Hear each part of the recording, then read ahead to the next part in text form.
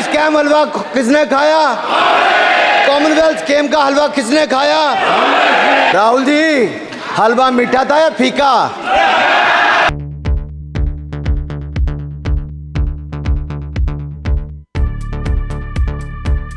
ராஜீவ் காந்தி ஃபவுண்டேஷனில் எத்தனை SC ST ஓபிசிக்கள் உள்ளனர் என்று திருப்பி அடித்தார் நிர்மலா சீதாராமன்.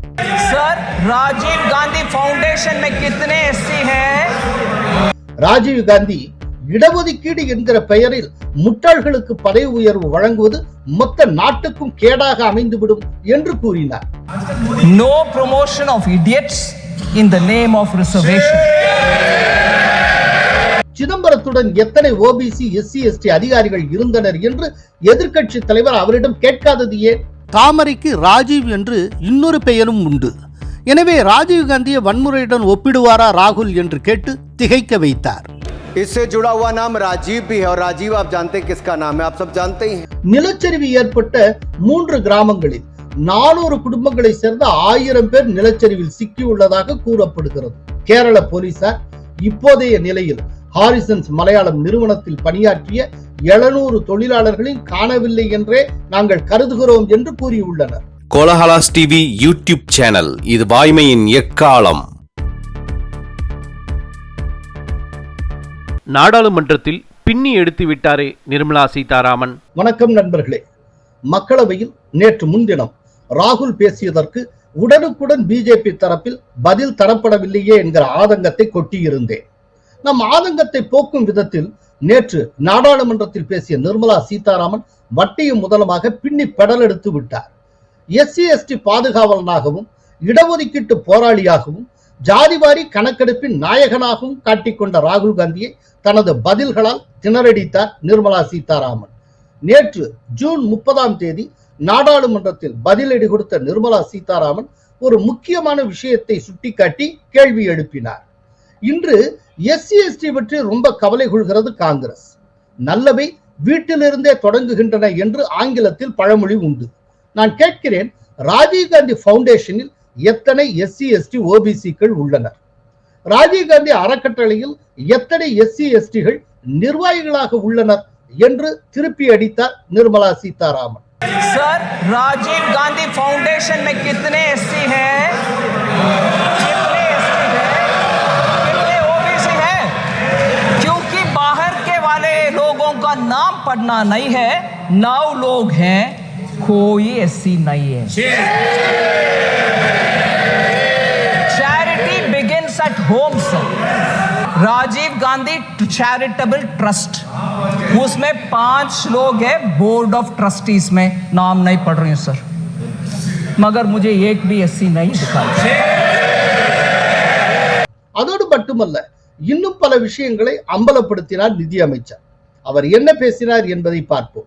1961 ஜூன் 27 நேரு எழுதுகிறார், நான் எந்த வகையிலான இடஒதுக்கீட்டையும் விரும்பவில்லை. அது அரசு துறைகளில் திறமையின்மைக்கும் 2ஆம் தரத்திலான சேவைக்கும் இட்டு செல்லும் என்பதால் நான் விரும்பவில்லை என்றார் நேரு. नेहरू जी ने 27 जून 1961 को लिख रहे हैं, I dislike any kind of reservation, more particularly in service. I react strongly against anything which leads to inefficiency and second-rate standards. Unquote. Sir, that is Pandit Jawaharlal Nehru, the first Prime Minister of India. 1955 காக்கா கலேல்கர் ஆணையம் சமர்ப்பித்த அறிக்கையை காங்கிரஸ் அரசு கண்டுகொள்ளவே இல்லை. 1980 மண்டல் ஆணைய அறிக்கை இந்திரா காந்தியிடம் சமர்ப்பிக்கப்பட்டது. அதை அவர் தொடக்கூட இல்லை. 1985 மார்ச்சில் ராஜீவ் காந்தியிடம் பேட்டி எடுத்த மூத்த பத்திரிகையாளர் அலோக் மேத்தா ஓபிசி இடஒதுக்கீடு பற்றி கேள்வி கேட்க அதற்கு பதிலளித்த ராஜீவ் காந்தி, இடஒதுக்கீடு என்கிற பெயரில் முட்டாள்களுக்கு உயர்வு வழங்குவது மொத்த நாட்டுக்கும் கேடாக அமைந்துவிடும் என்று Rajiv Gandhi G, late Prime Minister Rajiv Gandhi ji gave an interview to Alok Mehta in March 1985, a senior journalist. In that interview, former Prime Minister about OBC reservation says this, quote कर रही हूँ sir, no promotion of idiots in the name of reservation. Promoting idiots in the name of reservation would harm the entire country, unquote. இடஒதுக்கீடு விவகாரத்தில் இத்தனை மோசமாக நடந்து கொண்ட காங்கிரஸ் இப்போது சொல்லுகிறது ஓபிசி எஸ்சி எஸ்டி இடஒதுக்கீட்டுக்கு பாரதிய ஜனதா கட்சி எதிரி என்று. கர்நாடகத்தில் எஸ்டிகளுக்கு ஒதுக்கப்பட்ட பணத்தில் பெரும் மோசடி நடந்திருப்பதையும் சுட்டிக்காட்டினார் நிர்மலா சீதாராமன். பட்ஜெட்டில் எஸ்சி எஸ்டிக்காக ஒதுக்கப்பட்டிருந்த 9,980 கோடி ரூபாய் பணத்தில் கர்நாடக அரசு கை வைத்திருக்கிறது. பழங்குடியினருக்கான மகரிஷி வால்மீகி கார்ப்பரேஷனில் பெரும் ஊழல் நடந்திருக்கிறது. கர்நாடக முதல்வர் பகிரங்கமாக சொல்லுகிறார், மற்றவர்கள் சொல்லுவது போல 187 கோடி ரூபாய்க்கு முறைகேடு நடக்கவில்லை, 89 கோடிக்கு மட்டுமே நடந்தது என்கிறார். இந்த பணம் எஸ்சி எஸ்டிக்கான பணம். ஆனால் காங்கிரஸ் எங்களை பார்த்து கேள்வி கேட்கிறது என்று நையாண்டியாக குறிப்பிட்டார் நிர்மலா சீதாராமன். அவர் இவ்வாறு கூறிய போது அவை முழுவதும் சிரிப்பலை படர்ந்தது. मुख्यमंत्री जी खड़े होकर के बोल रहे हैं, अरे भैया वो 187 करोड़ नहीं है, सिर्फ 89 करोड़ है जो गपला है, मगर not 187 crore but only 89 crore. ये देख लीजिए क्या कॉन्फिडेंस, यही कांग्रेस है. मगर इधर एससी के ऊपर लेक्चर हमें दे रहे, एससी के ऊपर चीफ मिनिस्टर पंजाब के प्रश्न पूछ रहे. அரசமைப்பு சட்டத்தை வடிவமைத்த அம்பேத்கர் நேருவின் அமைச்சரவையிலிருந்து விலகிய போது பிற்படுத்தப்பட்டவர்களுக்கும் தாழ்த்தப்பட்டவர்களுக்கும் நீதி கிடைக்கவில்லை என்பதால் அமைச்சரவையிலிருந்து நான் விலகுகிறேன் என்று கூறியதை Nirmala Sitharaman பகிரங்கப்படுத்தினார். I was very sorry that the constitution did not embody any safeguards for the backward classes. It was left to be done by the executive government on the basis of recommendations of a commission to be appointed by the president. More than a year has elapsed since we passed the constitution, but the government has not even thought of appointing the commission, unquote. So Ambedkar ji सरकार से छोड़कर जाने, सरकार किसकी थी sir? First government under Pandit Jawaharlal Nehru, the first prime minister. அல்வா கிண்டியது பற்றி கிண்டல் செய்த ராகுலுக்கு நெத்தியடி பதிலை கொடுத்தார் நிர்மலா சீதாராமன். அவர் என்ன பதில் சொன்னார் என்பதை பார்ப்போம். அல்வா கிண்டும் நிகழ்வினை எதிர்க்கட்சி தலைவர் கொச்சைப்படுத்தியது வேதனை அளித்தது. அல்வா கிண்டும் நிகழ்வு என்பது பட்ஜெட் அச்சிடப்படும் இடத்தில் நடைபெறும் பாரம்பரிய நிகழ்வு. அல்வா நிகழ்வு தொடங்கியதும் பட்ஜெட் தயாரிக்கும் பணியில் ஈடுபட்டிருக்கும் அலுவலர் எவரும் பட்ஜெட் தாக்கல் செய்யப்படும் வரை வெளியில் வர முடியாது. குடும்பத்தினரை கூட பார்க்க முடியாது. குல்தீப் சர்மா என்கிற பிரிண்டிங் மேனேஜரின் தந்தை இறந்த செய்தி கிடைத்தது. அந்த சோக செய்தியை அவரிடம் கூறிய போது கூட அவர் வெளியே செல்லவில்லை. பட்ஜெட் தாக்கல் செய்யும் வரை அவர் எங்களுடன் இருந்தார். சுபாஷ் என்கிற அலுவலருக்கும் இதே நிலை ஏற்பட்டது. அவரும் பட்ஜெட் தாக்கல் செய்யப்படும் வரை வீட்டுக்கு செல்ல மாட்டேன் என்று கூறி எங்களுடன் இருந்தார். இப்படி பல அலுவலர்கள் தியாகம் செய்துள்ளனர். हलवा के विषय और इसमें इतना इमोशन जुड़ा हुआ है, ये समझ में आएगा. श्री कुलदीप शर्मा जी डिप्टी मैनेजर थे प्रेस का. उनके पिताजी का देहांत होने का विषय उनको अंदर होने के बाद मिला. फिर भी सर वो कमिटमेंट देखिए, वो जब तक फिनांस का बजट डिक्लेयर हुआ तब तक बाहर नहीं आया. मैं उनके सर झुक करके नमन करता हूं. ऐसे लोग हैं सर. सुभाष अभी भी है प्रिंटिंग प्रेस में. उनके सुपुत्र का देहांत हुआ सर, मगर वो बोले नहीं, मेरा जिम्मेदारी, क्योंकि हलवा के सेरेमनी हो गए, मैं अंदर आ रही हूँ, इससे I will not come out. ये है सेंटिमेंट उधर. हलवा बनाना और अंदर जाना, पूरे कर्तव्य निभाना और बाहर आना, इसको नीचे दिखाना सही नहीं है सर. 2013-14 ஆண்டு பட்ஜெட்டின் போது அல்வா கிண்டும் நிகழ்வில் ப. சிதம்பரம் பங்கேற்று அல்வாவை விநியோகம் செய்த புகைப்படம் வந்துள்ளது.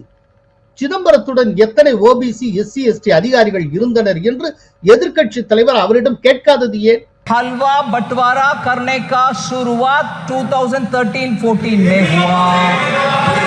मैं उस समय के फाइनेंस मिनिस्टर से ये पूछा नहीं गया आप नीचे जा रहे हो बंटवारा करने के लिए, हलवा बंटवारे करने के लिए, आपके साथ कितने एससी हैं, कितने एसटी है, कितने ओबीसी है, वो पूछा नहीं है उस समय.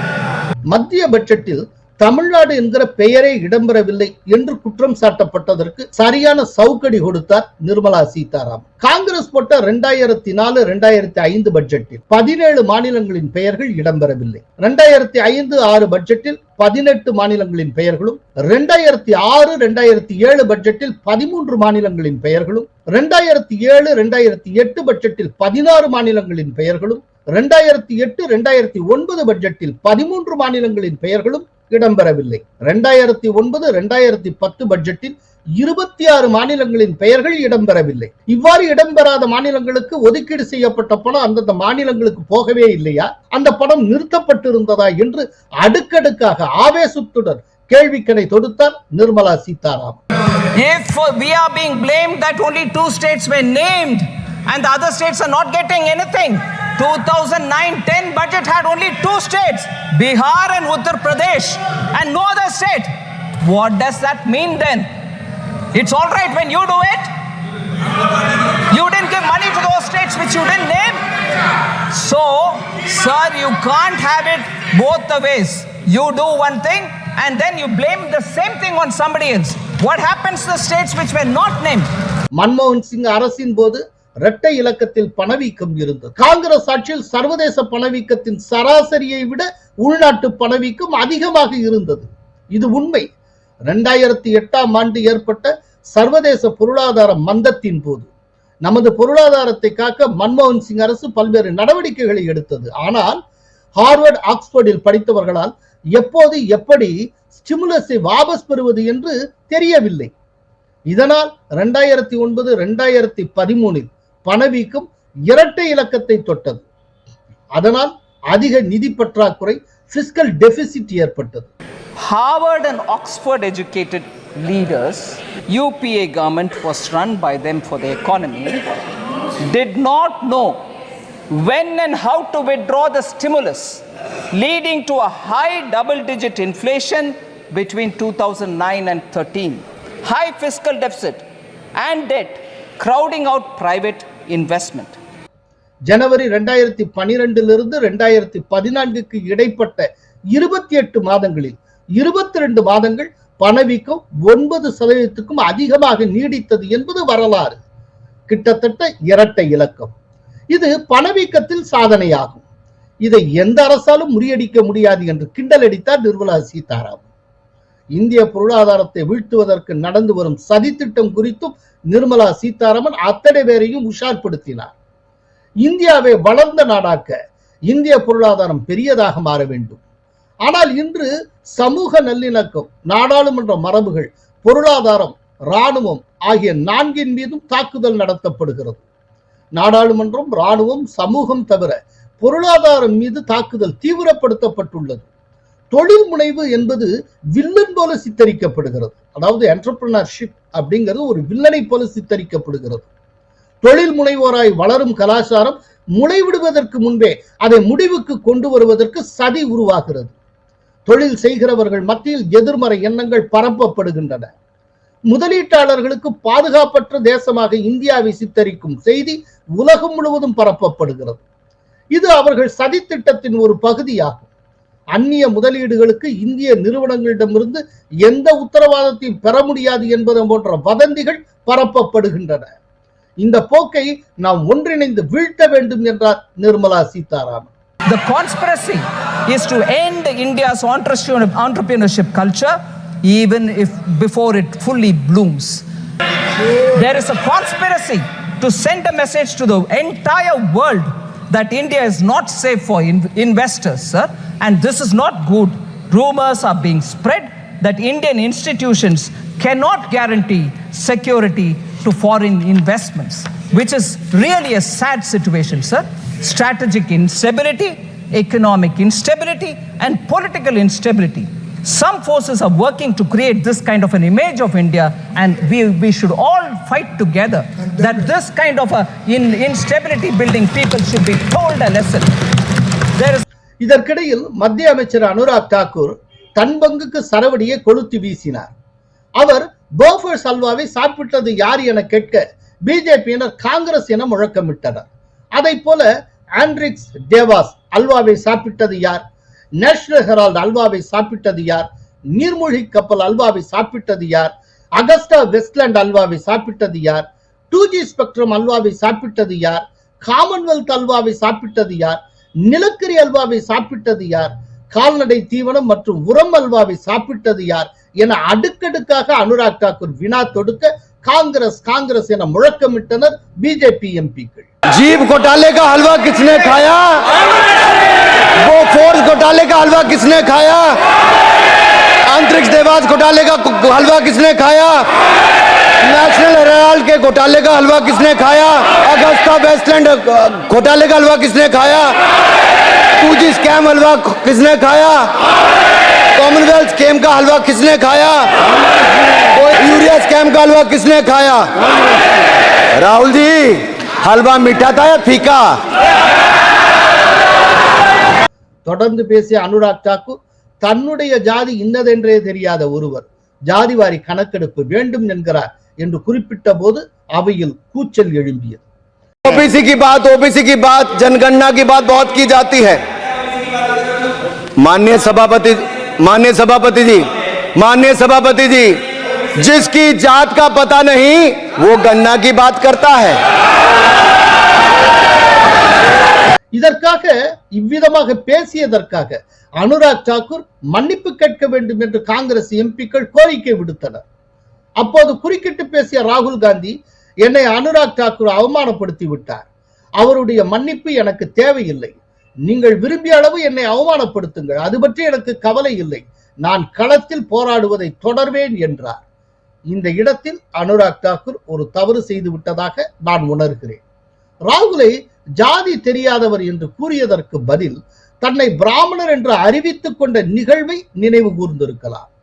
முன்னர் ராஜஸ்தான் சட்டப்பேரவை தேர்தலின் போது 2018 நவம்பர் 26 புஷ்கர் நகரில் உள்ள பிரம்மா கோயிலில் வைத்து ராகுல் காந்தி கூறினார், நான் தத்தாத்திரேய கோத்திரத்தை சார்ந்த கவுல் பிராமணன் என்று. அப்போதுதான் சட்டைக்கு மேலே பூணூல் அணிந்து கொண்டு பிரச்சாரம் செய்தார் ராகுல். தேர்தலுக்காக தன்னை உயர் ஜாதிக்காரராக அடையாளப்படுத்திக் கொண்ட ஒரே அரசியல்வாதி இந்தியாவில் ராகுல் காந்தி மட்டும்தான். இதையே சுட்டிக்காட்டி தேர்தலுக்காக தன்னை பிராமணன் என்றவர் இப்போது அரசியல் ஆதாயத்துக்காக SC/ST OBC-களுக்கான போராளியாக வேஷம் போடுகிறார் என்று கிண்டல் அடித்து இருக்கலாம். அப்படி செய்திருந்தால் ராகுலின் வேஷம் கலைந்திருக்கும். இந்த விஷயத்தில் அனுராக் தாக்கூர் கோட்டை விட்டு விட்டார் என்றுதான் சொல்ல வேண்டும். அதே நேரம் அற்புதமாக ஒரு விஷயத்தை சுட்டிக்காட்டினார் அனுராக் தாக்கூர். தாமரையை வன்முறையுடன் ஒப்பிட்டார் ராகுல். தாமரைக்கு ராஜீவ் என்று இன்னொரு பெயரும் உண்டு. எனவே ராஜீவ் காந்தியை வன்முறையுடன் ஒப்பிடுவாரா ராகுல் என்று கேட்டு திகைக்க வைத்தார். कमल, इससे जुड़ा हुआ नाम राजीव भी है और राजीव आप जानते हैं किसका नाम है, आप सब जानते ही हैं. तो क्या उनको भी बुरा समझते क्योंकि उन्होंने कहा. மொத்தத்தில் காங்கிரஸை அடித்து துவைத்து காய போட்டார் நிர்மலா சீதாராமன். அதற்கு உறுதுணையாக இருந்தார் அனுராக் தாக்கூர். வயநாடு நிலச்சரிவு நெஞ்சத்தை உலுக்குகிறதே. கேரள மாநிலம் வயநாட்டில் பயங்கர நிலச்சரிவு ஏற்பட்டதால் நூற்றுக்கணக்கானோர் மண்ணில் புதைந்து உயிரிழந்தனர். இன்று காலை 8 மணி நிலவரப்படி 151 பேர் உயிரிழந்துள்ளனர். பாதிக்கப்பட்டவர்களை மீட்கும் பணியில் தேசிய மற்றும் மாநில பேரிடர் மீட்பு குழுவினர் தீவிரமாக ஈடுபட்டு வருகின்றனர். கனமழை நீடிப்பதால் உடல்களை மீட்பதில் சிக்கல் ஏற்பட்டு இருக்கிறது. வயநாட்டில் ஏற்பட்ட பயங்கர நிலச்சரிவில் மண்ணில் புதையுண்டு குழந்தைகள், பெண்கள் உள்பட 151 பேர் உயிரிழந்துள்ளனர். அடைமழை, வெள்ளம் காரணமாக பல்வேறு சாலைகள், பாலங்கள் அடித்து செல்லப்பட்டுள்ளன. உடல்களை மீட்பதில் மிகப்பெரிய சிக்கல் ஏற்பட்டு இருக்கிறது. மேலும் பலரது நிலைமை என்னவென்றே தெரியாததால் உயிரிழப்பு எண்ணிக்கை இன்னும் அதிகரிக்கும் என்று அஞ்சப்படுகிறது. தேசிய மாநில பேரிடர் மீட்பு படையினர், விமானப்படையினர், தீயணைப்பு வீரர்கள், மருத்துவர்கள், செவிலியர்கள் என பல்வேறு குழுவினர் மீட்பு, நிவாரண, மருத்துவ பணிகளில் தீவிரமாக ஈடுபட்டுள்ளனர். கேரளத்தில் தென்மேற்கு பருவமழை தீவிரமடைந்துள்ளது. இதன் காரணமாக மாநிலத்தில் பல்வேறு மாவட்டங்களில் பலத்த மழை பெய்து வருகிறது. குறிப்பாக மேற்கு தொடர்ச்சி மலையில் கனமழை கொட்டி வருகிறது. இந்நிலையில் பலத்த மழை காரணமாக கேரளத்தின் வயநாடு மாவட்டம், மேப்பாடி அடுத்த சூரல்மலை பகுதியில் நேற்று அதிகாலை 2 மணி அளவில் மலையை ஒட்டிய பகுதிகளில் வெள்ள நீர் பாய்ந்ததால் பயங்கரமான நிலச்சரிவு ஏற்பட்டு அங்கிருந்த வீடுகளை மூடியது.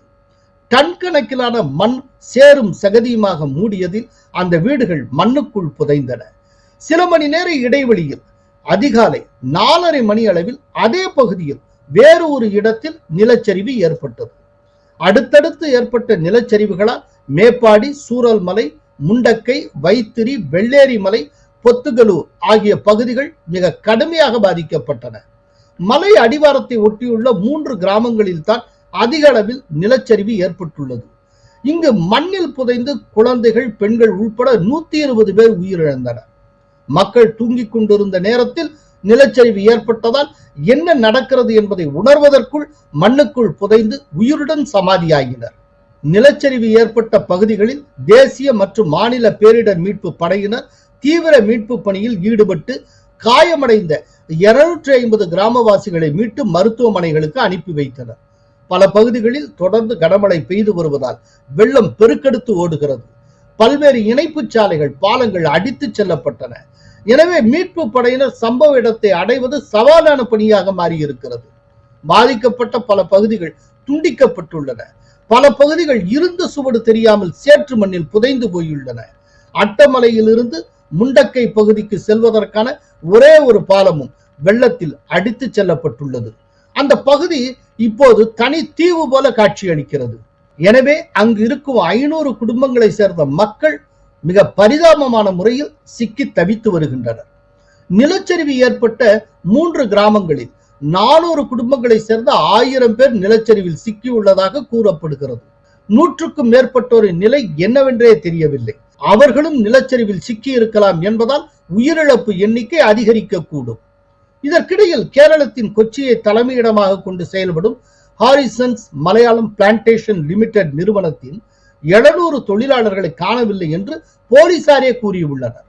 தற்போது நிலச்சரிவு ஏற்பட்டுள்ள வயநாடு பகுதியில் ஹாரிசன்ஸ் மலையாளம் நிறுவனத்திற்கு தேயிலை, காஃபி தோட்டங்கள் உள்ளன. அந்த தோட்டங்களில் மேற்கு வங்கம், அஸ்ஸாம் மாநிலங்களை சேர்ந்த 700க்கும் மேற்பட்ட புலம்பெயர் தொழிலாளர்கள் பணியாற்றி வந்தனர்.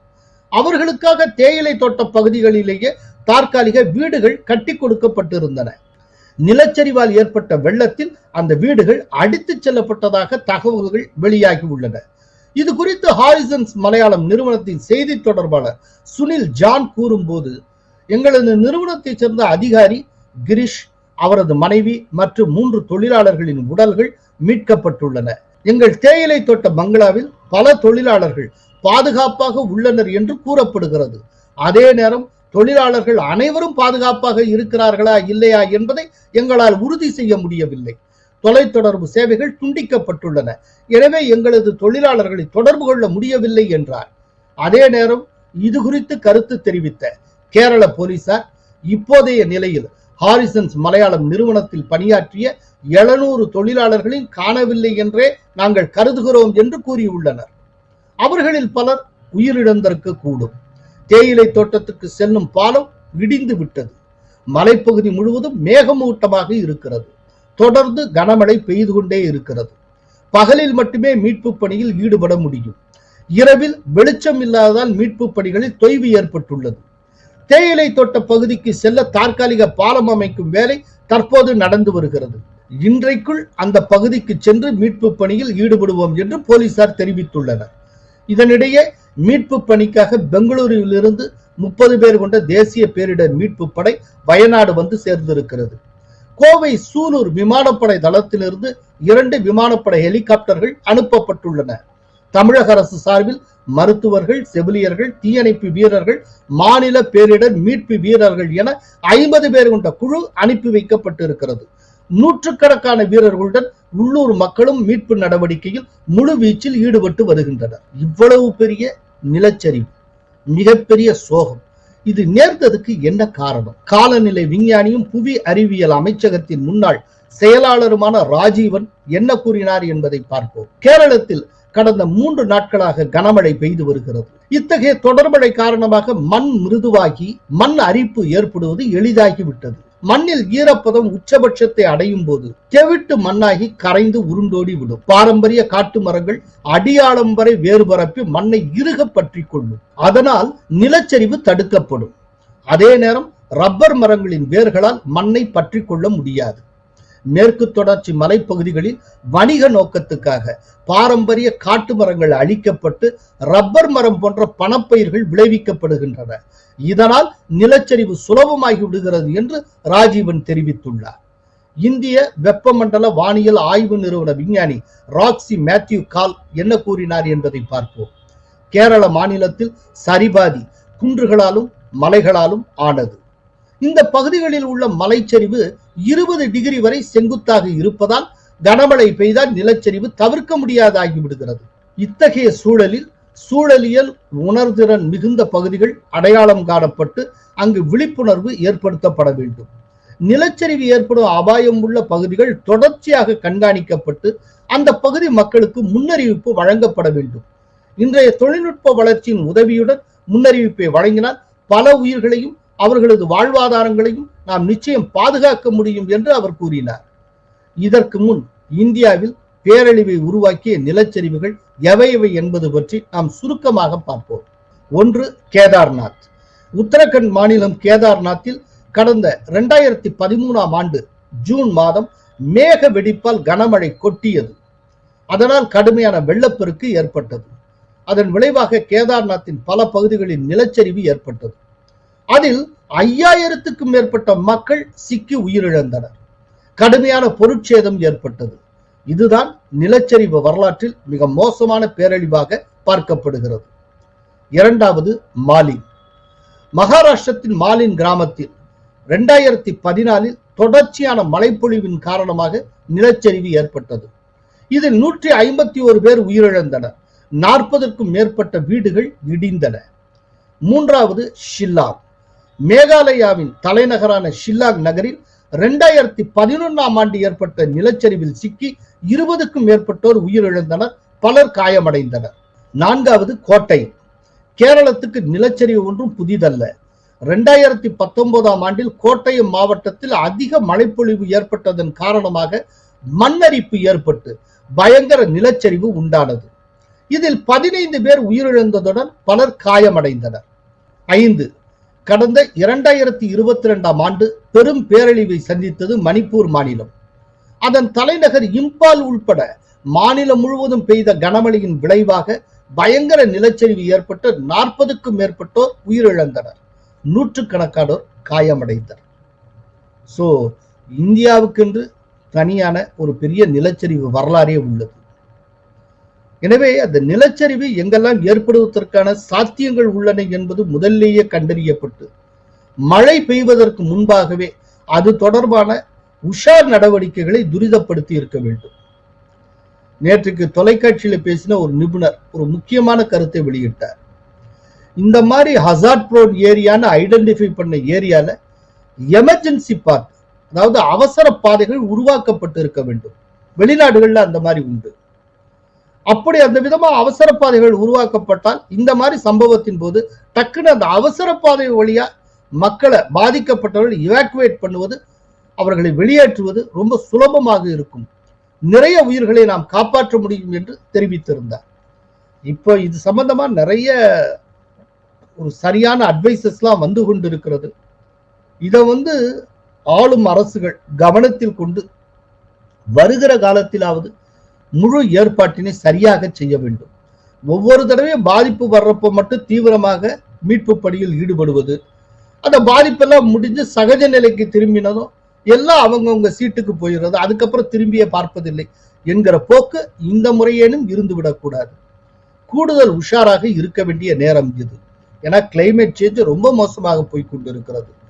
ஒரு காலத்துல 100 ஆண்டுகளுக்கு ஒரு முறை, 50 ஆண்டுகளுக்கு ஒரு முறை வந்து கொண்டிருந்த பல்வேறு பேரிடர்கள் இப்போ ஆண்டுக்கு ஒரு முறை, 2-3 ஆண்டுகளுக்கு ஒரு முறை வந்து கொண்டு இருக்கின்றன. எனவே நாம் கூடுதல் உஷாராக இருக்க வேண்டிய காலகட்டம். அத்தகைய காலகட்டத்தில் தான் நாம் அத்தனை பேர் வாழ்ந்து கொண்டிருக்கிறோம். எனவே கவனமாக இருப்போம். நன்றி, வணக்கம். கோலாகலாஸ் டிவியுடன் உங்களையும் இணைத்துக் கொள்ள கீழே உள்ள ஜாயின் பட்டனை அழுத்தி உறுப்பினராகுங்கள். காவிரி குழுவில் உறுப்பினராகி பிரத்யேக பேட்ச்களை பெறுங்கள். கங்கா குழுவில் உறுப்பினராகி கோலாகல ஸ்ரீனிவாசிடம் நேரடியாக கேள்வி கேட்கும் வாய்ப்பை பெறுங்கள். உங்கள் கேள்விகளுக்கு வாரந்தோறும் பதிலளிக்கிறார் Kolahala Srinivas. Kolahalas TV YouTube channel, இது வாய்மையின் எக்காலம்.